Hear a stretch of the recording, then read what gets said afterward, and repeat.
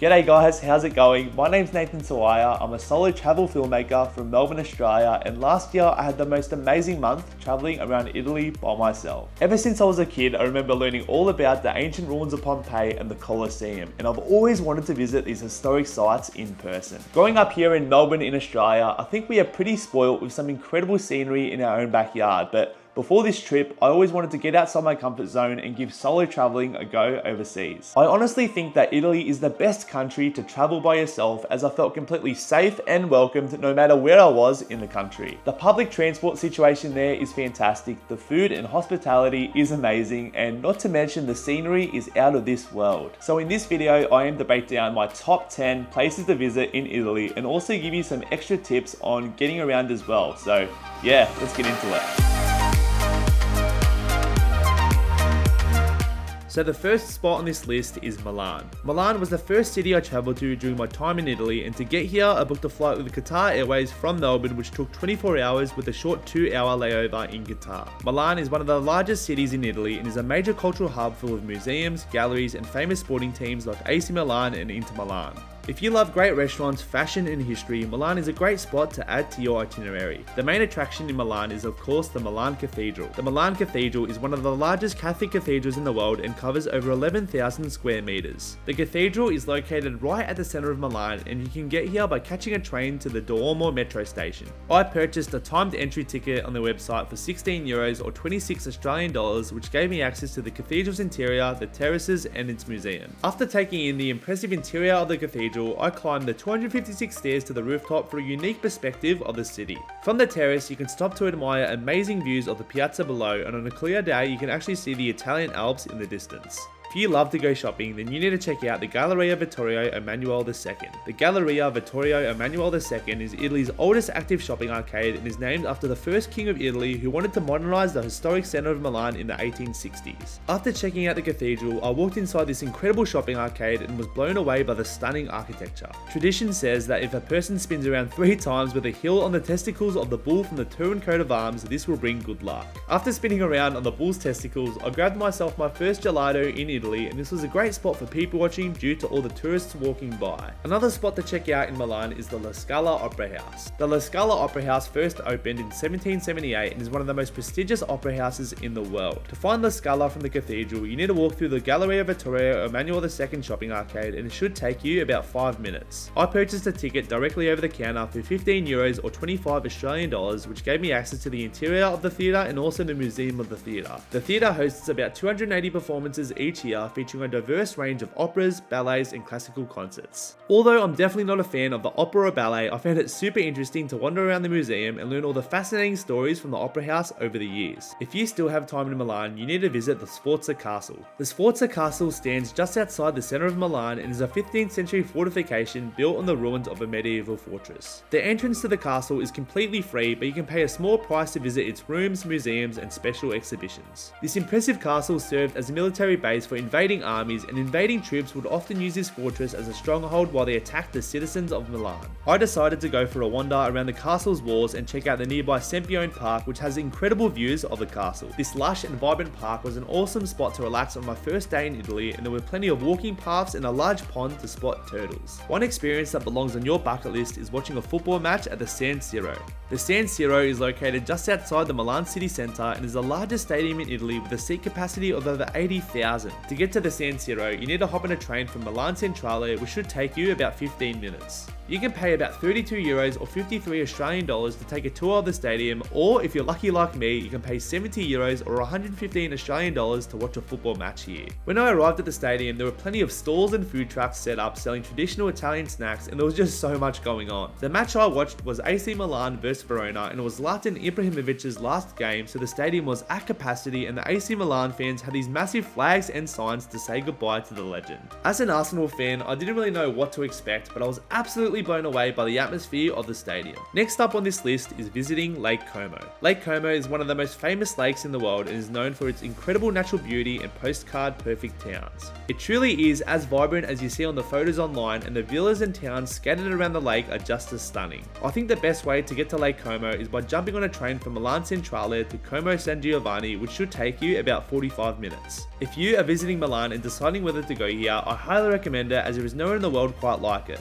On your visit to Lake Como, you need to check out the Varenna Lovers Walk. The Varenna Lovers Walk is a short 300-meter walkway built between the rocky cliffs and the water along the coast of Varenna. This stunning lakeside stroll begins at the main wharf in Varenna and takes you to the center of the village where you can enjoy a delicious meal or drink. Along the walk, you can stop to admire the lake, the mountains, and the small colored houses perched at the foot of the rocky wall. I did this walk early in the morning and I think it would be a super romantic spot with a partner at sunrise or sunset. There's also plenty of photo opportunities to snap a cute photo with a spectacular backdrop of Lake Como. For more epic views of Lake Como, you should head up to the Castle of Vezio. Located high above the terracotta rooftops of Verona, the imposing Castle of Vezio has some of the best views of Lake Como. This 13th century castle was part of a chain of early warning medieval watchtowers looking over the lake and was used to protect the town of Verona in the frequent wars during the Middle Ages. To find this incredible castle, you have to walk up a steep cobblestone path to the hilltop town of Vezio, and I think it took me about 45 minutes to walk there from Verona. The cost of entry is only about €5 or $8 Australian, and after you've paid for your ticket, prepare to be amazed by stunning panoramic views looking over Lake Como and the town of Verona. As you enter the walls surrounding the tower, you'll see the remains of this military fortress, and there are plenty of ancient artifacts to check out. Another awesome spot to visit on Lake Como is the Villa Melzi Gardens. The Villa Melzi Gardens are located just a 5-minute walk from the Bellagio town centre and is famous for its stunning gardens and architecture. The entry fee here is €8 or $13 Australian and gets you access to the villa's gardens, museum and family chapel. As I was staying in Verona, I took a short half-an-hour ferry to Bellagio and spent an entire morning exploring these Japanese-style gardens. This was one of my favourite places in Lake Como, and it was so relaxing to escape all the tourists around Bellagio. Around 1.4 million visitors travel to Lake Como each year, but not many travellers know about Orido di Nesso. The Orido di Nesso is one of the best natural wonders of Lake Como and features a picturesque natural gorge with a stunning waterfall. Located in the small village of Nesso, this hidden gem can be a little challenging to get to, but it's definitely worth checking out. To get to Nesso, I jumped on the bus from Bellagio and the journey took me only half an hour. Once you reach Nesso, keep your eye out for this staircase and the signs along the way which will take you to the bottom of the gorge. After about 10 minutes walking, you will reach this medieval bridge where you can look out over Lake Como and see this amazing waterfall in all its glory. The last spot I visited during my time in Lake Como was Villa Monastero. Villa Monastero is located just a short walk from the Verona town centre and is a peaceful place to take in the picture-perfect views over Lake Como. The cost of entry here is €10 or $16 Australian, and you get access to the gardens and the villa where you can learn the history of the region. I spent my last morning at Lake Como walking around Villa Monastero, and the views of the lake were unbelievable. The weather during most of my visit to Lake Como was rainy and overcast, however on this particular morning the sun was shining down on the gardens and it just looked so vibrant. After taking in the views, I headed back into the Verona town centre to enjoy one last gelato and say goodbye to this stunning lake. The next region on this list is the Italian Dolomites. The Dolomites are a World Heritage listed legendary mountain range in northeastern Italy that is made up entirely of Dolomite rock. This incredible region covers over 140,000 hectares and consists of 18 peaks which rise to above 3,000 meters. If you are a nature lover or you have a passion for hiking and the outdoors, you will fall in love with the Dolomites like I did. To get here from Lake Como, I took a train to Milan Centrale and then another train to Verona and finally a third train to Bolzano. The best way to get around the Dolomites is by hiring a car, and the car I hired was an Alfa Romeo Stelvio from Europcar in Bolzano, which costed me €600 or $986 Australian for 3 days on the road. So the first spot I drove to in the Dolomites was the Alpe di Siusi. The Alpe di Siusi plateau is located high above Garda and is the largest alpine meadow in Europe. To get to this amazing viewpoint, I drove about 45 minutes from Bolzano to the Piccolo Hotel Sciliar, which had the best location out of all the hotels I looked at. I arrived at the hotel late at night, so I had a nice rest before waking up early and walking 1 hour to this amazing lookout for sunrise. There are so many different walks that you can do here, including the 16-kilometer panorama walk, which offers sweeping views over the surrounding mountain ranges. This stunning spot was my first real taste of the Dolomites, and I was absolutely blown away. Coming from Australia, I've never really seen mountains this tall in my life, so yeah, this whole morning was memorable to say the least. The Italian Dolomites is home to some of the most beautiful alpine lakes in the world, and Lago di Carezza is definitely one of them. This spectacular blue lake lake sits at over 1500 meters above sea level and is surrounded by towering peaks and gorgeous mountain villages. To reach this lake, I drove 1 hour south from Alpe to Siusi and paid €2 or $3 to park at this large car park. It took me about 5 minutes to walk to the lake from the car park, and I was so amazed by the reflection of the lake. You can take in the view from multiple lookout points around the lake, or you can complete the easy 1.3 kilometer circuit for more epic views. After snapping some photos of the lake, I came across this restaurant called Hennenstall, which served delicious German sausages, and it did not feel like I was in Italy anymore. Now, you can't visit the Italian Dolomites without hiking to the top of the Sicily. Famous for its jagged rocky mountain ridge and contrasting grassy green slopes, Sicily is one of the most unique peaks that I've seen in my life. To reach the start of this hike, I drove 2 hours from Lago di Carezza to the Sicily cable cars in Ottesay. I then paid about €10 or $17 to take the cable car from the station in Ottesay to Furnace, which was halfway up the mountain. From the cable car, it took me about 2 hours to hike to the top of the Sicily, and it was a constant uphill, so my calves were burning the whole way. Eventually, I made it to the top and it started bucketing down rain, so me and some new American friends stopped for an Aperol at this refugio. Soon the rain cleared up and we were able to step outside and admire the sweeping views over the valley below. The mountain also had plenty of snow in it, and it felt so surreal to be standing in front of this famous Sicily ridgeline. After taking in the views, I decided to head back down the mountain to escape the incoming storm and treat myself to a mouth-watering pizza from a restaurant in Ottesay. Next up, we're going to stop by the famous Lago di Braise. Lago di Braise is one of the most spectacular mountain lakes in the Italian Dolomites and is super popular among tourists. I really wanted to skip all the tourist crowd, so I woke up at 5 AM from the AI Plan Hotel and drove 2 hours east to reach this amazing lake first thing in the morning. There are 4 car parks located close to Lago di Braise, and I parked at P3 car park, which is just a 5-minute walk from the lake and costed about €6 or $10. From the car park, it took me just 10 minutes to walk to this famous boat shed where I was greeted by about 20 other photographers waiting for the sunrise. It was so amazing to see this beautiful lake in person, and although it was an overcast morning, I was absolutely wrapped with the photos I got here. From 10 AM to 5 PM, the boathouse opens here, and you can actually rent a boat for €30 or $50 and paddle across the lake. One of my favourite hikes in the Italian Dolomites was the Tre Cime di Lavaredo. The Tre Cime di Lavaredo is one of the most recognisable mountain landscapes in Italy and is located between the province of Belluno and Bolzano. To reach this iconic spot, I drove 3 hours from the AI Plan Hotel to the Refugio Aronzo, and the car park here can get pretty busy during summer, so try to get here early to give yourself plenty of chance to find a park. About halfway up the mountain, you'll reach this toll booth where you'll be required to pay the entrance fee of €30 or $50. The hike to the Three Peaks is an easy to moderate 11-kilometer loop which takes in some of the most glorious views that the region is known for. The hike should take about 4 to 5 hours to complete, and as I was visiting during the start of summer, there was still plenty of snow up on the mountain. After the hike, I drove down to the beautiful alpine village of Cortina d'Ampezzo for a delicious meal and drink to treat myself after this incredible hike. The next city I want to mention on this list is Venice. This might be a little controversial, but Venice was my favourite city that I visited during my time in Italy. I only spent 3 days in the floating city, but I absolutely fell in love with the ancient waterways and fascinating history behind Venice. Now, I've heard so many people I know say that Venice is somewhere that you would only visit once, but I can honestly see myself returning as I feel like there's so much more of this city to explore. To get to Venice from the Italian Dolomites, I caught a train from Bolzano to Verona and stayed a night there before catching another train from Verona to Venice. I booked a lot of tours on Get Your Guide in Italy, and one of my favourites was a 3-hour guided tour of St. Mark's Basilica and Doge's Palace in Venice. The tour costed me €114 or $188 and gave us priority entrance to Doge's Palace, which was the former residence of the leader of the Republic of Venice. It was so interesting to learn about the Republic of Venice and take in the stunning interior of the palace, including the frescoes and the giant staircase. We then crossed the famous Bridge of Sighs that linked the palace to the new prisons and got a glimpse into the living conditions of some of the prisoners, which was brutal. The last stop of the tour was St. Mark's Basilica, which is famous for its illustrious design and endless mosaics. We spent about 1 hour exploring the interior of the church and looking up at all the golden mosaics on the walls and the ceilings. Soon we made our way to the first floor terrace where we saw the horses of St. Mark, which are these famous bronze statues which date back to 300 BCE. We then stepped outside and the view over St. Mark's Square was fantastic. You could really see the whole skyline from up here as well as the Grand Canal. We also got to witness the chiming of St. Mark's clock tower which has been watching over the city for over 500 years. This was such an awesome tour, and I recommend booking this experience on your visit to Venice. Another great vantage point for taking in the views of Venice is St. Mark's Campanile. St. Mark's Campanile stands at 96 meters above St. Mark's Square and is one of the tallest bell towers in Italy.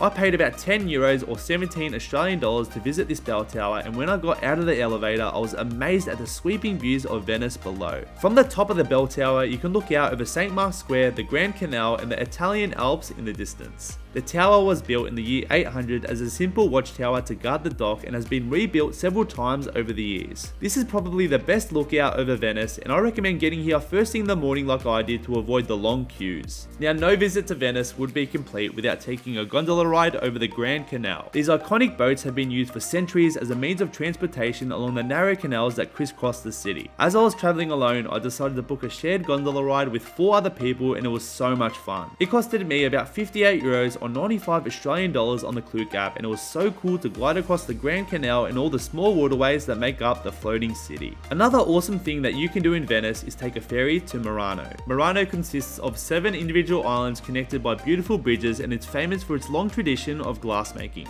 I purchased this return ferry ticket on Get Your Guide for €20 or 33 Australian dollars, and the journey here took only half an hour. As soon as we hopped off the ferry, we were taken to the family-owned Murano glass factory where we could watch the creation of hand-blown Murano glass. It was really awesome to learn about this tradition and the intricate process that goes into making these amazing glass products. Now, after visiting Murano, we took a short ferry to another nearby island called Verona. Verona is a small fishing village in the Venetian lagoon that is known for its lace making and colourful houses. As soon as we arrived in Verona, the weather changed drastically and it started hailing, so I went inside the Verona Lace Museum, which displays 5 centuries of Venetian lace making. There's a great video here about the history of lace making on the island, as well as plenty of elegant displays which date back to the 1500s. When the rain cleared up, I spent a couple of hours wandering around the town and took in all the colourful houses lining the canal. Legend has it that local fishermen could not find their homes in the thick mist that surrounds the island, so they would paint the exterior of their homes in very bright and unique colours to make them more visible and recognisable.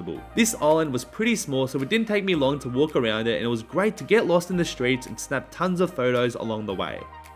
Another must-visit region in Italy is the Cinque Terre. Located high on the Italian Riviera and just south of Genoa in northwest Italy, the Cinque Terre are a string of 5 ancient fishing villages that attract millions of visitors each year. Known for its vibrant coastal atmosphere, outstanding hiking trails, stunning fishing villages, and delicious seafood, the Cinque Terre was one of my favourite places that I explored in Italy. To get to the Cinque Terre from Venice, I took a train from Venice to Milan, and then a second train to Levanto, and finally a third train to Vernazza. During my time in the Cinque Terre, I decided to complete the 12km Blue Path, which is this narrow trail that connects the 5 villages with beautiful views of the vineyards above and the sea below. In order to explore all the villages here, you will need to purchase a Cinque Terre trekking card for €750, which is 12 Australian dollars, or a train card for €16, which is 27 Australian dollars. I started the walk at 8 AM in Monte Rosso, which is famous for its glistening teal waters and rocky coastline, and the views here were unbelievable. This first section was the toughest part of the hike, as there's an elevation of 150 meters. Soon the path leveled out as I got further into the hike, and I found myself passing by more beautiful lush vineyards, and the view of the sea was insane. After a couple of hours hiking, I reached the village of Vernazza, and the view from this lookout was my favourite from the entire hike. It was like something out of a postcard. I spent a bit of time walking around the village and the marina to take some more photos, and had some of the best calamari that I've had in my life. Soon I made my way back onto the path to start the 3.5km journey to the next town, which is called Cortina. As I made my way back onto the trail, the view looking back down over Vernazza's peninsula was absolutely stunning.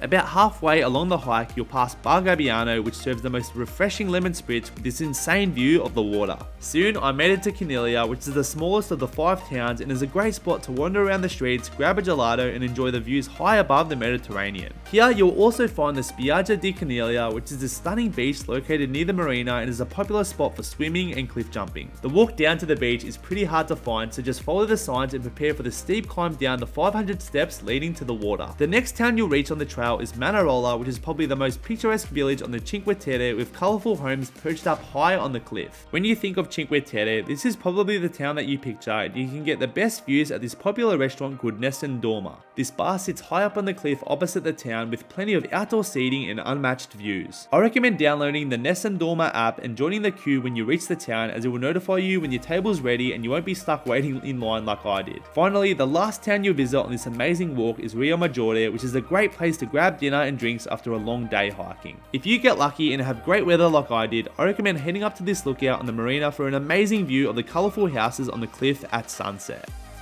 The next region I visited during my trip to Italy was Tuscany. Tuscany is famous for its rolling green hills, rich history, medieval fortresses, delicious food and wine, and famous art galleries. To reach Tuscany from the Cinque Terre, I first took a train from Vernazza to La Spezia and then a second train to Florence. Whilst I was here, I hired a Jeep Cherokee Trailhawk for €600 or 986 Australian dollars from Hertz in Florence and spent 2 days driving around the region, and it was an adventure of a lifetime. One of the most famous attractions in Tuscany is the Florence Cathedral. The Florence Cathedral was completed in 1434 and is the most important landmark in Florence. I booked this 2-hour tour on Get Your Guide for €84 or 138 Australian dollars, which included the cathedral's museum, baptistry, dome and terraces. I met my guide right outside the cathedral and she took us inside the museum first, where she taught us the history of the cathedral and showed us some of the most captivating exhibitions on display. We then made our way inside the cathedral and I was mesmerized by the detailed frescoes and the intricate mosaics that decorated the floor and the ceiling. The real highlight here was Brunelleschi's dome, which was commissioned in 1418 and remains the largest masonry dome ever built. After staring up at the dome, we made our way up the 463 steps where we could get a closer look at Vasari's Last Judgment, which took 5 years to complete. We then made our way up this sketchy staircase to the top of the dome, and the views over Florence from here were just stunning.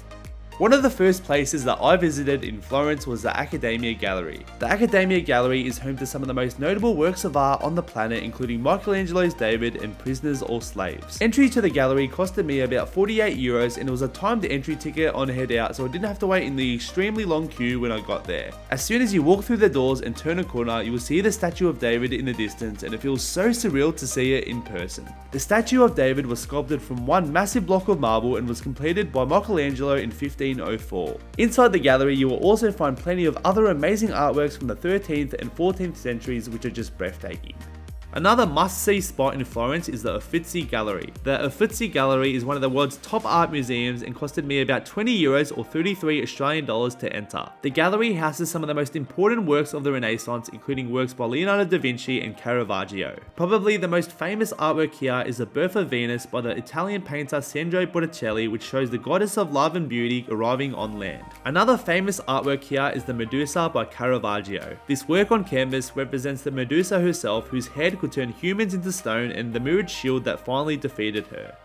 On my last night in Florence, I took a 90-minute train ride to see the Leaning Tower of Pisa. The Leaning Tower of Pisa has become a symbol of Italy, and tourists from all around the world come here to see its famous tilting silhouette. I paid €35 or 58 Australian dollars for a timed entry ticket to climb the Leaning Tower of Pisa at sunset, and this entire experience was fantastic. After passing through the doorway, I climbed the 257 steps from the bottom of the tower to the bell's chamber, and due to the lean, I kept almost falling over the steps. Once you make it to the top, you can look down and see gorgeous panoramic views of the city of Pisa. After renting a car in Florence, the first town I visited was Siena, as I really wanted to see the Siena Cathedral in person. The Siena Cathedral is one of the most spectacular cathedrals in Italy and is one of the city's most valuable art treasures. The cathedral was built between 1215 and 1263 and was created as a dedication to the Virgin Mary, symbolising that no other building could compare to the beauty of her. Entering the cathedral costed me just €13 or 21 Australian dollars, and I absolutely loved walking through the church and taking in all the beautiful artwork here. I think the most spectacular part of the cathedral was its dome, which was studded with yellow stars and symbolised the gateway to heaven.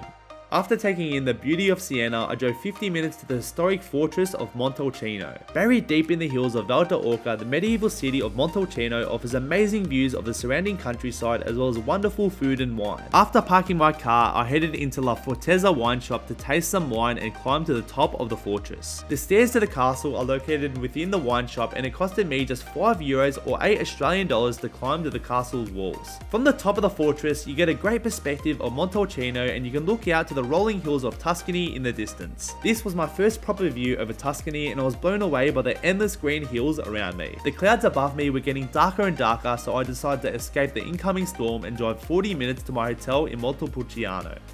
Let me introduce you to another hidden gem in Tuscany called the Saturnia Hot Springs. Located almost exactly halfway between Rome and Florence in a spa town called Saturnia, these 3 natural hot springs are just one of the amazing wonders of the Tuscan countryside. After doing some research online, I knew that I had to arrive at the hot springs at sunrise to avoid all the tourist crowds. So I woke up at 4 AM from my hotel in Montepulciano and drove 2 hours south to this hidden gem. These 3 natural hot springs are a collection of silk blue water pools that are heated by a nearby volcano, and the temperature of the water is about 38 degrees Celsius year round. After snapping a few photos here, I put my camera down to relax in the pools, and this was one of my favourite experiences during my time in Tuscany. If you get hungry, there's also a small snack bar here next to the springs where I stopped for a coffee and croissant as I was leaving. This spot can be a bit of a headache to get to, but it's worth checking out if you're passing through Tuscany. One of my favourite experiences in Tuscany was climbing the Palazzo Comunale in Montepulciano. The village of Montepulciano sits high on a 600-metre hill overlooking the Tuscan countryside and dates back to 4th century BC. Built in the 14th century in Gothic style, Montepulciano's town hall, the Palazzo Comunale, has one of the best views in Tuscany. I paid about €5 or $8 to climb to the top level of the structure, and although the stairs were super narrow, the views made it all worth it. From the top of the town hall, you can enjoy extraordinary views as far as Pienza, Montepulciano, and even on a clear day you can spot Siena. The final stop during my Tuscany adventure was visiting the historic town of Pienza. Located just a few kilometers away from Montepulciano and Montepulciano in the Val d'Orca, Pienza was created by Pope Pius II, and a lot of the town structures are named after him. Pienza is famous for its wonderful historic centre, amazing views of Val d'Orca, and coveted pecorino cheese. I spent an entire afternoon wandering around the city centre and getting lost in all the small streets and piazzas. One of my favourite spots to check out here in Pienza was the famous Gladiator Viewpoint. In case you are unfamiliar, the Gladiator Viewpoint is a very famous spot where the end scene from the award-winning movie The Gladiator was filmed. With its unparalleled history, haunting Roman ruins, and awe-inspiring art, Italy's capital Rome is one of the most unique cities in the world. Rome was founded in the year 753 BC, and only 10% of ancient Rome appears on the surface. Back when I was planning my trip in May 2023, I was most excited to visit Rome as I couldn't wait to uncover all the archaeological sites and famous monuments here. To get to Rome from Tuscany, I took a train from Orvieto, and when I finally arrived in Rome, it felt like a dream as I couldn't believe I had finally made it to the Eternal City. The first attraction I visited in Rome was of course the Colosseum. On my first morning in Rome, I decided to book a tour to see the Colosseum, the Roman Forum, and Palatine Hill for about €68 or $112 on Get Your Guide. We first met our guide outside the Colosseum where we learned about the Roman Empire and were given an awesome introduction on this incredible arena. The Colosseum was used to host gladiator fights, which was the Roman equivalent of watching a major sporting event, and spectators saw these fights as a form of entertainment. This marvel of ancient Roman engineering is over 1900 years old, and it felt so surreal to walk inside the arena and stare at all the old walls and arches here. I think what shocked me the most about this structure was its size. Standing at nearly 50 meters high, the Colosseum remains the largest amphitheater in the world. The Colosseum had 80 entrances and could accommodate around 65,000 spectators, which could quickly access and exit the stadium. It was pretty awesome to wander around the Colosseum and imagine it in its prime with its gladiators and power-hungry emperors. After spending about an hour at the Colosseum, our guide took us to see Palatine Hill and the Roman Forum. Palatine Hill is considered to be the birthplace of the Italian capital and is believed to have been inhabited since the year 1000 BC. Palatine Hill houses some of the city's most impressive ancient sites, and the views of the Colosseum are just breathtaking. Filled with grand temples, bustling marketplaces, and imposing civic buildings, the Forum was the beating heart of ancient Rome. Located just 40 meters below Palatine Hill, the Roman Forum served as a site for public triumphal processions and elections, as well as a venue for public speeches, criminal trials, and gladiator fights. Unfortunately, it started raining pretty heavily during this part of the tour, so we had to finish half an hour short, but I was still amazed to see these ruins up close and learn so much history about the Roman Empire. One of the most impressive structures I saw in Rome was the monument to Victor Emmanuel II. This massive building is also known as the Altar of the Fatherland and was built in 1878 following Victor Emmanuel II's death and the unification of Italy. You can walk around the monument and admire all the amazing statues around the building, and you can also opt to take an elevator all the way to the terrace. I paid €10 or $16 to take the elevator, and the views from the top were incredible. From up here, you get a 360-degree view of Rome, and you can look out to all the ancient sites including the Colosseum and the Roman Forum in the distance. On my last day in Rome, I visited the smallest country in the world, the Vatican City. Before I left Australia, my friends and family warned me about the long lines of the Vatican Museum, so I decided to book this tour on Get Your Guide for about €102 or $168. First, we met our guide at St. Peter's Square, which is this beautiful oval plaza with awesome views of St. Peter's Basilica. We then made our way inside St. Peter's Basilica, which is the largest church on the planet and a masterpiece of Renaissance architecture. As our tour started at 8 AM, we didn't have to wait too long in line, which meant we could spend more time staring up the amazing artworks around the basilica. We then climbed this very narrow staircase to access the dome of the basilica, which was designed by Michelangelo in 1546. Once you make it to the top, you can admire the unique view of the nave and the altar, as well as the incredible view over St. Peter's Square. After climbing the dome, we made our way to the Vatican Museums, which is home to some of the most incredible works of art in the entire world, including Raphael's most famous frescoes and the Sistine Chapel. I have to admit, I did not expect the Vatican Museums to be so massive. There are a total of 54 museums to see here, and it is said that the Vatican Museums contain the world's largest collection of art with 1,400 rooms, chapels, and galleries. One of my favourite parts of the museums was the Gallery of Maps, which was this 120-meter long corridor containing 40 geographical maps of Italy. My tour guide here was super knowledgeable and did a great job of educating us about the Sistine Chapel before we went inside, as the crowds here were just hectic. Unfortunately, I wasn't able to get any footage inside the Sistine Chapel, as you aren't allowed to snap any photos here, but I really enjoyed just staring up the ceiling without the distraction of a camera. Another iconic spot I visited during my time in Rome was the Trevi Fountain. The Trevi Fountain is located in the Rome city centre and is one of the most beautiful fountains in the world.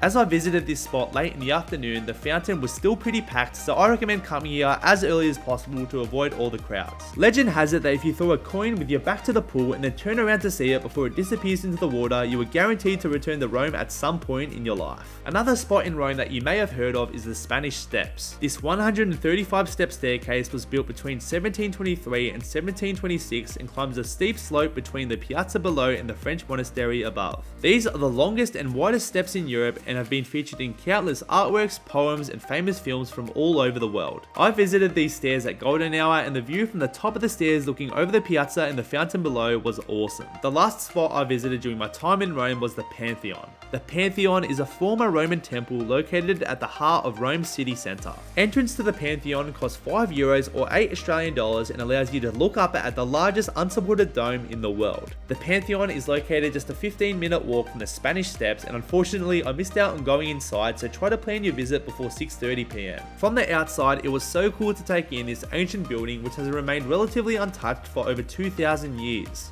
The next place I visited after Rome was the ancient city of Pompeii. Pompeii is one of Italy's most acclaimed World Heritage sites and sees more than 2.5 million tourists each year. The city of Pompeii and several other small towns were engulfed in hot lava from the eruption of Mount Vesuvius in 79 CE. As I wanted to squeeze in both Pompeii and Mount Vesuvius in the one day, I opted to book this tour on Get Your Guide, which costed me €140 or $230. This tour was super expensive, but it just made the whole experience so much easier for me, as I was picked up from Rome and taken to both sites instead of worrying about public transport. So the first site that I visited was the caldera of Mount Vesuvius. Mount Vesuvius is an active volcano located just 20 kilometers from the city of Naples and is famous for its eruption that destroyed the Roman cities of Pompeii and Herculaneum. After getting dropped off at the ticket office at 1,050 meters above sea level, I started the climb up the slopes of one of the most famous volcanoes in the world. The trail to the summit of Mount Vesuvius is about 4 kilometers long and should take you about 1 hour return, and the trail is steep and rocky in some areas, so make sure you're wearing some solid footwear. It was both surreal and terrifying to climb up this famous volcano, and on a clear day you can look down over the Bay of Naples and Pompeii in the distance. The weather during my climb was extremely foggy and overcast, but I think that sort of suited the mood. After passing a snack bar and overtaking a few tourists along the way, I made it to the caldera of the volcano, where I tried to imagine the lives cut short all those years ago.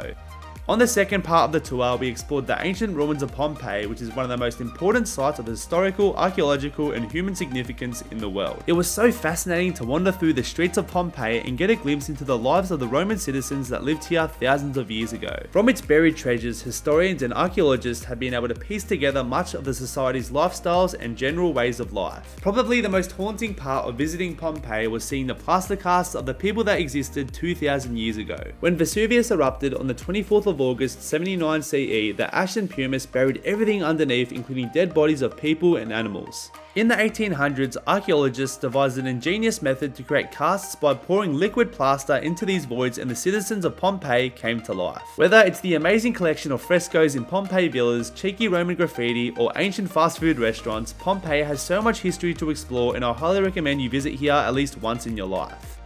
The next region I visited towards the end of my Italy trip was the Amalfi Coast. The Amalfi Coast stretches 48 kilometers along the Sorrento Peninsula and is famous for its beautiful seaside towns, dramatic coastal cliffs, and picture-perfect beaches. The amazing natural beauty and breathtaking scenic views of the Amalfi Coast have made it one of the most popular travel destinations in the world. To get to the Amalfi Coast from Rome, I caught a train from Rome to Naples and got on a second train to Sorrento. In my opinion, the best way to experience the Amalfi Coast is by hiking the Path of the Gods. The Path of the Gods is a famous 7-kilometer hike that takes you through olive groves, terraces, and the jagged cliffs of the Amalfi Coast. Known locally as Sentiero degli Dei, this hike should take about 5 hours to complete and has amazing views of the Amalfi coastline and the Tyrrhenian Sea along the way. The hike starts at a small town called Bommerano, located below the mountains between Sorrento and Amalfi. To get here, I woke up at 8 AM in Sorrento, caught a 20-minute train from Sorrento station to Castellammare di Stabia, and hopped on a cedar bus to the main piazza in Bommerano. To buy a cedar bus on the Amalfi Coast, you need to go to your local tobacco store in town, and it costs around €3 or $5 per journey. Once you find the official trail in Bommerano, you will walk through a mix of graded dirt and uneven gravel paths, but the views along the way are insane. After about half an hour walking, you'll reach this drinking fountain, which is a great place to stop for a break and fill up your water bottles. The next section of this hike feels quite exposed and can be a little frightening if you're scared of heights, but I felt safe the entire way. Along the way, you will pass by a number of hidden caves and terraces looking out over the ocean, and the views of Positano in the distance are incredible. After walking for over an hour, I came across these mountain goats, which I thought was pretty funny, but then they started kicking rocks at us, so we had to be really careful. At around midday, I made it to this awesome bar which was serving lemon grenadiers and lemon juice, which went down so well in the hot weather. I stopped here for about half an hour to enjoy a lemon juice and a slushie and admire the view of Positano, which was getting closer and closer. From the lemon point, it took me only 45 minutes to walk down to Positano, but I found this next section really challenging as the steep stairs felt like they were never ending. Once I made it down to Positano, I spent the rest of the day wandering around town and capturing some epic photos of the beach from different vantage points. Hiking the Path of the Gods is definitely one of the best ways to experience the Amalfi Coast and remains one of my favourite hikes that I've ever done. Another awesome way to experience the Amalfi Coast is by visiting the island of Capri. Capri is just a short ferry ride from Sorrento and is known for its world-class restaurants, breathtaking hikes, and chic shops. To make the most of my visit, I booked a day tour from Sorrento on Get Your Guide for €145 or $240, which included a visit to the famous Blue Grotto. Unfortunately, due to the tide levels, we weren't able to go inside the grotto, but we still got to cruise around some pretty amazing sea stacks, including the Fariglioni, which are these 3 spurs of rock which rise out of the ocean. After about 1 hour cruising, we made our way onto the island where we had a few hours of free time to walk around and see the sights. One of the spots that my Airbnb host recommended was Mount Solaro, which is the highest point on the island and stands at almost 600 meters above sea level. We were dropped off at Marina Piccola, which is located on the southern side of the island, so I had to hop on a taxi to the Mount Solaro chairlift. The drive to the chairlift took only 20 minutes, and just look how skinny the roads are. My driver was absolutely crazy, but the views along the way were spectacular. As it was only 10 AM, the lines for the chairlift weren't too bad, and after about 20 minutes, I paid €14 or $23 to go up the mountain. The Mount Solaro chairlift is a bit scary at first, but once I took off, I felt completely safe and distracted by the excellent views along the way. The ride was only about 15 minutes long, so make sure you have your camera ready to capture the sweeping views of this stunning island of Capri and the Amalfi Coast. Once you make it to the summit, you'll be blown away by the views which extend across the whole island of Capri and the mountains of Calabria in the distance. There are also plenty of paths to walk and see different views, and there is also a really nice bar here to stop for an Aperol Spritz like I did. After snapping a few photos here, I headed back down the mountain, and the queue for the chairlift was so long, so make sure you get here as early as possible. The last place I visited during my Italy trip was the island of Sicily. Sicily is located just off the southern coast of Italy and is the largest island in the Mediterranean Sea. Home to some of the world's best beaches and best preserved Greek and Roman temples, Sicily really has something for everyone. To get here from the Amalfi Coast, I took a train from Sorrento to Naples and took a taxi to Naples airport, where I flew to the beautiful island of Lampedusa. The quiet island of Lampedusa is located in the Mediterranean Sea between Malta and Tunisia, and the tourism here is 95% Italian. Lampedusa is known among Italians as a gorgeous summer getaway, and the spectacular beaches of Lampedusa will leave anyone speechless. The most famous tourist attraction of Lampedusa is the Spiaggia de Cornelia, which is also known as Rabbit Beach due to the colony of rabbits living nearby. As this gorgeous beach is home to a rare ecosystem, only 730 people are allowed on the beach each day between 8:30 AM and 7:30 PM. As I wanted to avoid all the crowds here, I was one of the first people in line in the morning. The walk down to the beach took me only 20 minutes, and you get this really amazing view of the island from above, and there's plenty of information signs to learn about this spot, but the writing was all in Italian. When I made it down to the beach, I could not believe how clear the water was, and I had so much fun chilling on the sand and staring up at the cliffs around me. If you get hungry, there's a little restaurant located right above the beach called Enda Blue, which serves some delicious seafood. After exploring Lampedusa, I flew to Sicily's mainland to reach Palermo, and one of the main attractions here is the Palermo Cathedral. The Palermo Cathedral was built in 1185 and is one of the most symbolic monuments in Sicily. Located in the oldest sacred area of Palermo, this architectural and cultural masterpiece is a must visit for anyone travelling to Palermo. Visiting the cathedral is free, but I paid about €5 or $8 to climb up to the terrace, and the views from up here were incredible. From the rooftop, you can look out over the city of Palermo and all the beautiful mountains in the distance. During my time in Palermo, I booked a tour to the Valley of the Temples. The Valley of the Temples is one of the largest archaeological sites in the world and worth checking out if you're planning to visit Sicily. Located outside Agrigento on the southwestern coast of Sicily, the Valley of the Temples is considered one of the finest examples of Greek architecture outside of Greece itself. To access this historic site, I booked this tour on Get Your Guide for €70 or $115, which included pickup from Palermo and transport to the Valley of the Temples. When we got here, I had to line up and pay about €9 or $15 to enter. Once inside the site, you can wander through the ruins and check out the 8 temples, the gardens, and the museum. Not only are the temples an impressive sight, but they are also an invaluable source to learn about the culture, traditions, and talents of the Greek people who developed the area into one of the leading cities of the Mediterranean world. On my last day in Palermo, I booked a second tour to visit San Vito lo Capo. San Vito lo Capo is a village located at the very tip of Sicily and is home to this impressive white sandy beach surrounded by towering mountains. This tour costed me about €39 or $65 and included pickup from Palermo as well as multiple snorkeling spots, including the famous San Vito lo Capo beach. This stunning beach is considered one of the most beautiful beaches in Europe, and I would probably put this up there with the beaches in Lampedusa in terms of natural beauty. After spending some time exploring Palermo, I decided to check out Taormina. To get to Taormina from Palermo, I took a 3-hour train to Messina Centrale and hopped on a second train to reach Taormina. The beautiful hilltop town of Taormina offers plenty of charming spots to take in Sicilian island vibes, and the views of the ocean and Mount Etna volcano are insane. As my hotel was located at the bottom of the hill in Taormina, I walked just a few minutes up the road to the cable car. The cable car is a really quick and convenient way to get up to the top of Taormina, and the views looking over the ocean are incredible. During my time here, I went for a walk to the ancient theatre of Taormina, which was built in the 3rd century BC and has spectacular views looking over the town. Another must-see spot in Taormina is the Isola Bella. Often referred to as the Pearl of the Ionian Sea, the beautiful Isola Bella is a charming tidal island just off the main coast of Sicily. The walk from my hotel to the beach took just 10 minutes, and I was blown away by the beauty of this pebble beach. The final town I visited during my time in Italy was Catania. Catania is located just 68 kilometers south from Taormina and is famous for its beautiful blend of Roman, Greek, and Arab architecture. After a devastating earthquake in 1693, Catania was reconstructed with wide market streets, spacious piazzas, and grand cathedrals that you can explore today. Located on the foothills of the active volcano Mount Etna, Catania is a great base to explore this towering volcano or roam around the cathedrals and castles that make up the city. During my short time here, I walked to the Roman Theatre of Catania, which was built in the 1st century CE and was designed to accommodate around 7,000 spectators. Tucked away behind an unexpected facade of a random building, this ancient theatre was absolutely incredible to walk through and a great place to reflect on the town's history. So that wraps up my top 10 places to visit in Italy. I really hope you guys enjoyed watching this video, and if you have been to Italy before, then let me know in the comments below where your favourite place in the country was. I actually felt a little emotional when I was creating this video, as it allowed me to relive so many amazing memories in this beautiful country, and there were still so many spots that I missed, so I can't wait to go back. Thank you so much for watching, and if you are planning to visit Italy soon, then I hope you have an amazing time like I did. Take care, and I will see you in the next one.